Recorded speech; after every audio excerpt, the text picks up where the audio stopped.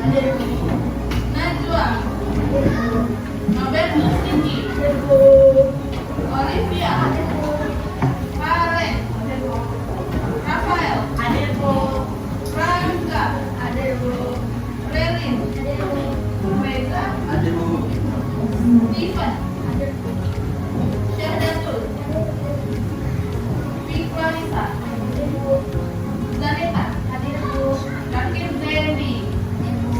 Masuk semua ya hari ini. Sehat gak hari ini?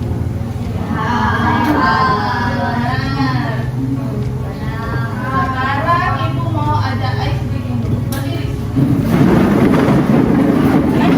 Ice breaking kali ini adalah botak batuk batik. Tahu?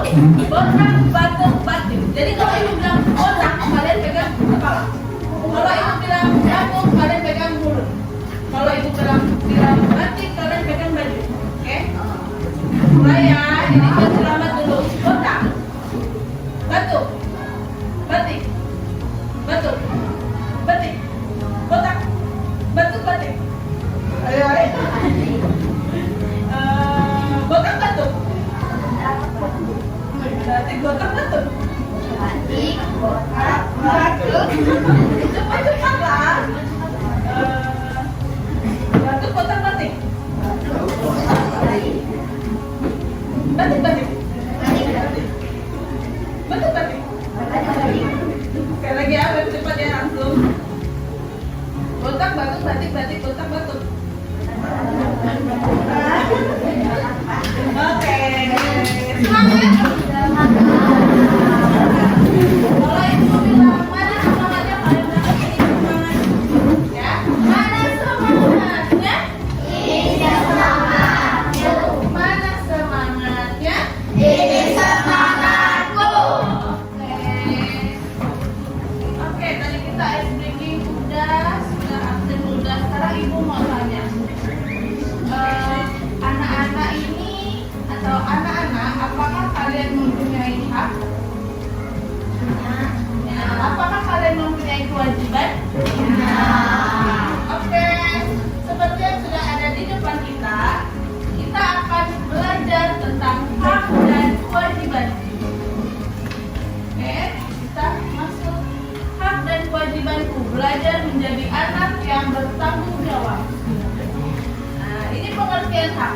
Hak apa sih? Kewajiban itu apa sih? Hak adalah sesuatu yang harus kita terima sebagai manusia, sebagai anak, sebagai warga negara, sebagai siswa. Kewajiban adalah sesuatu yang harus kita lakukan dengan tanggung jawab. Jadi, kalau kita mau mendapatkan hak, kita harus melaksanakan apa dulu? Kewajiban, betul. Jadi, kalau kalian mau dapat hak, misalnya kalian sebagai anak mendapatkan hak mendapat uang jajan, jadi kewajiban kalian juga harus dilaksanakan. Kewajibannya apa aja sih kalau di rumah? Apa kewajiban di rumah? Ada yang tahu nggak? Kewajiban di rumah itu seperti membantu ibu, membantu ayah, mengerjakan PR, ya. Kita lanjut. Di lingkungan sekolah, hak mendapatkan bimbingan guru, menggunakan fasilitas sekolah, mengikuti kegiatan sekolah dengan nyaman. Nah, seperti sekarang ibu memberi penjelasan kepada kalian, itu udah kalian terus menggunakan fasilitas seperti kipas angin, kalian menggunakan meja, kursi, dan mengikuti kegiatan sekolah dengan nyaman. Pembelajarannya aman, nyaman, tentram. Dan kewajiban menjaga ketertiban lingkungan, seperti tidak membuang sampah sembarangan, ya. Kemudian membersihkan lingkungan sekolah. Kemudian ikut bergotong royong, misalnya kalau ada di sekolah kerja bakti, kalian ikut bekerja sama-sama membersihkan lingkungannya. Tidak mengganggu teman, tidak mengganggu teman, karena biasanya kalau kalian mengganggu teman itu bisa jadi di lingkungan masyarakat, hak hidup aman dan damai. Kalian tidak diganggu tetangga, kalian hidupnya aman-aman aja, di lingkungan masyarakat itu udah hak kalian. Kemudian mengikuti kegiatan masyarakat kalau misalnya di lingkungan masyarakat biasanya 17 Agustus kan ada kegiatan tuh di lingkungan rumah kita. Nah, itu kita ikut serta, ikut lomba, berpartisipasi. Kemudian menggunakan fasilitas umum. Misalnya kayak ada di lingkungan kalian tuh kayak mesin, duduk-duduk. Nah, itu boleh digunakan. Kewajibannya apa sih? Kewajibannya menjaga ketertiban lingkungan, membersihkan halaman rumah, membersihkan sama-sama, ikut bergotong royong sama-sama membersihkan halaman, tidak mengganggu tetangga. Nggak tiba-tiba ngetok pintu tetangga terus kalian kabur. Ayo, siapa yang pernah kayak gitu? Ayo, ngetok pintu tetangganya terus kabur. Ayo, nggak boleh ya, itu namanya mengganggu tetangga. Kalau tetangganya nggak terima, marah-marah, gimana itu? Oke, lanjut. Hak dan kewajiban harus seimbang. Hak dan kewajiban harus seimbang. Artinya di sini kita tidak hanya menuntut hak, tapi juga melaksanakan kewajiban dengan tanggung jawab. Jika hak dan kewajiban seimbang, hidup menjadi tertib, adil, dan rukun. Nah, di sini perhatikan kasus berikut ini. Kasus A, mau nilai bagus tapi malah tidak ada. Bu, nilai saya kok jelek, tidak adil dong. Saya maunya dapat 100. Terus ibu gurunya bilang, coba diingat-ingat dulu. Waktu ibu menjelaskan, kamu mendengarkan tidak? Waktu ibu kasih PR, kamu kerjain tidak? Kata ibu gurunya. Rupanya pas ibu gurunya menjelaskan, dianya ngapain ini? Ini, yang ini tidur. Tapi pas dikasih PR ibu gurunya, dia ngapain? Main game, marah. Tapi marah sama ibu guru, bilang nilainya nggak adil. Terus yang kasus B, mau fasilitas bagus tapi tidak mau gotong royong. Pak RT, kenapa jalan kita rusak begini? Sekarang saya tanya, apakah Bapak ada membayar iuran? Apakah Bapak pernah ikut kerja bakti? Pas disuruh diajak kerja bakti, Bapaknya ngapain? Tidur. Pas ditanya bayar iuran, jawabannya nggak ada uang terus. Tapi maunya jalannya bagus. Nggak adil dong kalau mau haknya tapi nggak mau menjalankan kewajibannya. Sekarang tugas kalian, siapkan bukunya. Tugasnya apa sih? Tugasnya kalian menganalisis dua gambar ini. Apa masalah yang ada di dalam kasus A dan B? Kemudian siapa yang bersalah? Ibu kasih waktu 15 menit untuk mengerjakannya. Mulai dari sekarang.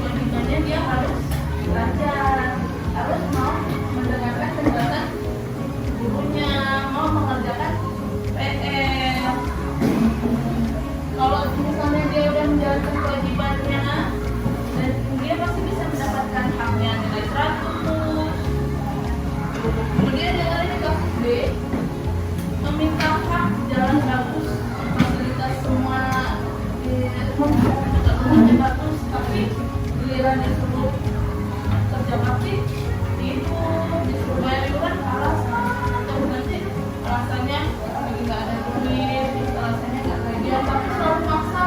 Kok jalannya jelek pak, kok jalannya nggak bagus-bagus, kok juga nggak seimbang tuh, tidak boleh sampai begitu. Jadi dari kasus A dan B ini kita dapat belajar satu rumus penting. Karena kita ini hidup bersama-sama, maka artinya lakukanlah kewajiban kita terlebih dahulu, baru boleh meminta hak kita, sehingga biar hidup kita menjadi adil. Kemudian kalau dibalik saya hak dulu baru kewajiban, itu namanya tidak adil. Setuju? Setuju. Sekarang ini belum. Sekarang kita masuk ke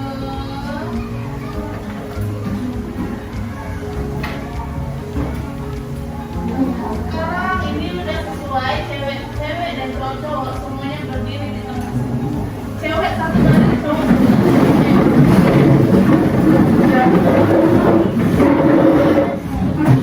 Siap. Sekarang tentukan ketua kelompoknya. Ketua kelompoknya. Atau gitu deh, yang cowok sebelah sini, biar kayak dekat, cewek sebelah sini. Saya cewek di sini aja nggak apa-apa, yang cowoknya aja di pinggir situ ya. Ya. Ketua kelompoknya siapa?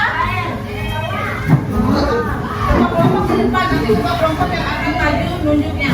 Ayo. Ketua kelompok udah? Sekarang kita mulai. Ya, siap. Ini mulai. Bisa dulu, swing dulu dari kelompok cowok dan cewek. Siapa yang akan duluan menjawab pertanyaan? Ayo. Swing dulu, swing. Oke, berarti Rafael saja. Kelompok cowok, siap-siap. Berembuk. Ayo, berembuk dulu ya. Siap-siap. Memilih kotak nomor berapa? Kotak 4. Nah, nih pertanyaannya. Ayo baca dulu teman-temannya.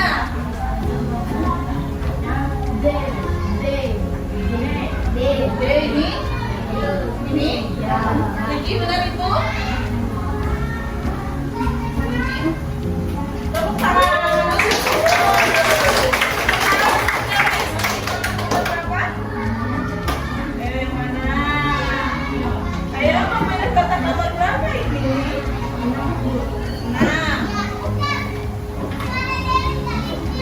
Nah, sebelum bermain, kewajiban yang harus kita selesaikan adalah yang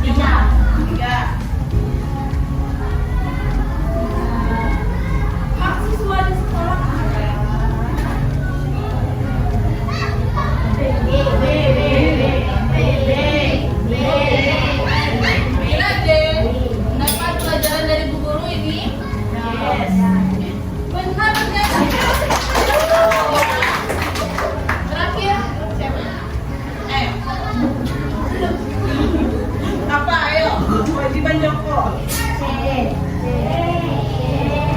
Yang ini kali. Ini kok kayak oh C. C ya. Oke. Ternyata sudah paham benar semua loh. Hebat loh. Luar biasa.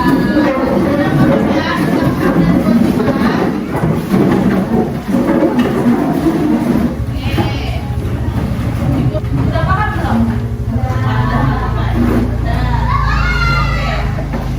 Jadi konsep kunci dari hak kewajiban itu hak itu seharusnya yang kita terima. Ingat ya, sesuatu yang harus kita terima. Kalau kewajiban itu yang harus kita lakukan, yang harus kita penuhi, yang harus kita kerjakan. Hak itu apa? Hak tadi apa? Kalau kewajiban? Ini sudah disahkan di dasar hukum sesuai dengan Undang-Undang Dasar 1945 pasal 27 dan 30 sampai dengan 34. Contohnya seperti hak kita mendapat pendidikan, tapi kewajiban kita harus belajar dengan sungguh-sungguh. Oke, ini boleh dicatat.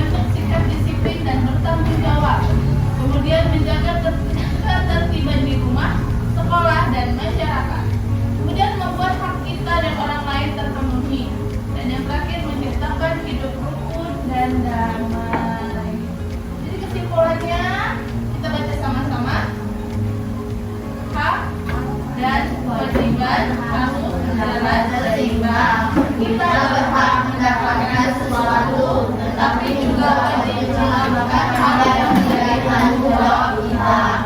Dengan melaksanakan kewajiban dan memahami hak orang lain, hidup jadi lebih tertib, adil, dan harmonis.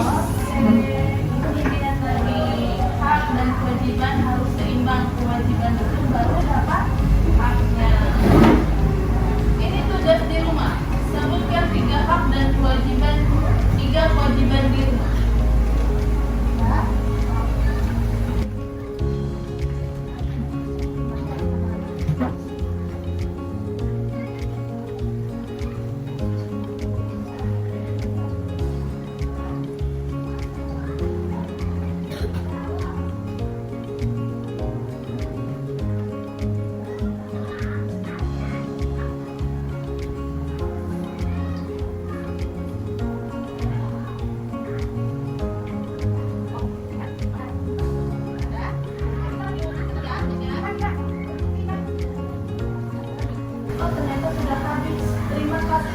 jumpa pada pembelajaran berikutnya. Oke, pembelajaran kita hari ini sudah paham?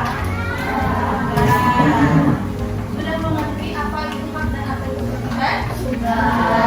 Paham ya? Sampai bertemu lagi di pembelajaran berikutnya. Motivasi dari Ibu untuk hari ini. Hari ini harus lebih baik dari hari kemarin, dan hari esok harus lebih baik dari hari ini. Sekian dari Ibu, sampai bertemu di pertemuan berikutnya. Sebelum kita kembali ke